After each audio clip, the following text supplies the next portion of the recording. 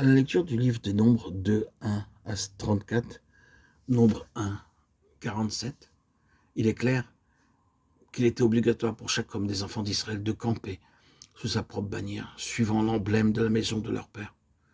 Cela signifie que chaque personne doit être à la place fixée par Dieu. Dieu dit, ne soyez pas jaloux. Dans l'Ouest américain, on dirait que les femmes n'aiment pas être des femmes, mais préféreraient être des hommes. Elles portent des pantalons d'hommes, des vestes d'hommes, et ont des cheveux coupés courts. Dieu se serait-il trompé? Chaque croyant doit être ce que Dieu veut qu'il soit, et où Dieu veut qu'il soit. Le premier nom que nous considérons est Judas.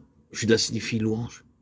Yehudi, le juif louangeur, pour sa traduction littérale, qui vient de louange, Judas, qui veut dire aussi littéralement juif, le juif. Si vous voulez devenir un vrai lévite, la première des choses à apprendre est à louer Dieu. Le juif loue Dieu. Judas louait Dieu. Nous ne croîtrons pas spirituellement en entendant de beaux sermons ou en ayant de bons docteurs ou par des songes et des visions.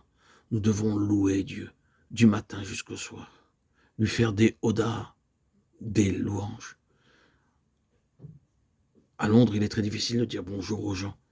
La première chose qu'ils diront probablement est « quelle sale journée ».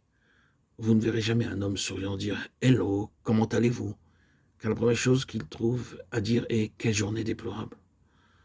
Aussi j'ai l'habitude de leur dire « je ne dirai jamais cela, pour moi chaque jour est une bonne journée ». Le temps peut être nuageux ou pluvieux, un jour ensoleillé, brumeux ou froid, ou même chaud, mais je ne dirai jamais quel jour déplorable. En tant qu'enfants de Dieu, nous pouvons nous réjouir chaque jour et louer Dieu pour chaque événement. Que nous soyons malades ou en bonne santé, dans la pauvreté ou dans l'opulence, avec des amis ou des ennemis, dans la solitude et dans une contrée éloignée, nous pouvons remercier Dieu pour toutes ces choses. Dans 2 Chroniques 20-15, 18-22, nous avons une illustration vivante de la manière dont le peuple de Dieu a appris à triompher en louant Dieu. Le roi Josaphat et son peuple tremblaient de crainte en voyant l'ennemi venir sur eux, avec des armes et des armées beaucoup plus importantes que les leurs. Le Seigneur montre au roi que cela n'était pas une occasion de combat et de crainte, mais de louange et de chant. Il leur montra. Ainsi, ils crurent Dieu et commencèrent à le louer et sortirent au-devant de l'ennemi en chantant « Loué soit le Seigneur, loué soit le Seigneur ». Ainsi, le Seigneur battit l'ennemi. C'est un principe divin, l'ennemi peut venir comme un fleuve. Vous devez apprendre à louer Dieu d'avance. En général, nous ne le louerons que lorsque nous recevrons quelque chose de lui. C'est notre nature, c'est la nature charnelle de tout homme.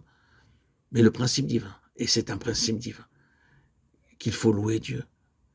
L'ennemi ne pourra rien faire contre nous. Rien. Et Dieu répondra à nos prières. Ainsi, nous pourrons dire Dieu est bon.